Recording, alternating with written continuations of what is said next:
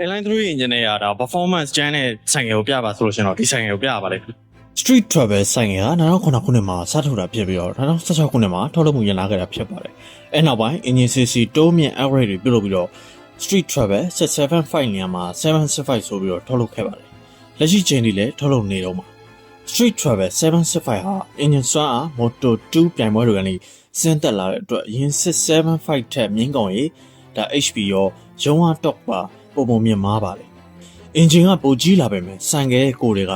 675လို့ပေါ်ပါနေတော့မှာပဲ။ဒါအပြင်သူ့ရဲ့ကင်တွယ်မောင်းနေမှု handling ကလည်း razor shaft လို့ဒါတင်စားရလာအောင်တိကျတွက်လက်ပါတယ်။ Airline 3နဲ့ 600cc တန်း Street Fighter Megabyte ထဲမှာခုပြထားတဲ့675ကအကြမ်းပတမ်းတီးထုတ်နိုင်တဲ့ဆိုင်ကယ်လည်းဖြစ်ပါတယ်။ Triumph Daytona 675 Sport Bike ကနေပြီးတော့ဆင်းသက်လာတာဖြစ်တဲ့အတွက်မကြမ်းမှာတော့မပူရပါဘူး။ဒီဆိုင်ရဲ့သေးသေးလေးမှာမြင်းကောင်ရီအားလင်ကျအားနဲ့မောင်းနိုင်အား speed တွေကတီးမယ်ဖြုတ်မယ်ဆိုတဲ့သူတွေအတွက်အန်ကိုက်ဖြစ်မှာပါဒီ Triumph 675ဆိုင်ရတာ 685cc Airline 3 engine ဖြစ်ပြီးတော့ဒါရေတိုင်လည်းပါမယ်အမြင့်ကောင်းရကတော့105ဝန်းကျင်ထွက်မှာဖြစ်ပါတယ် Top link ကလည်းဒါ68 Newton meter ရှိမှာပါမောင်းကြီးကတော့ဒါ0 to 100 km ကို3စက္ကန့်ဝန်းကျင်နဲ့တီးထုတ်နိုင်မှာပါဒီ Triumph 675ဆိုင်ရတာ2014 model ဖြစ်ပြီးတော့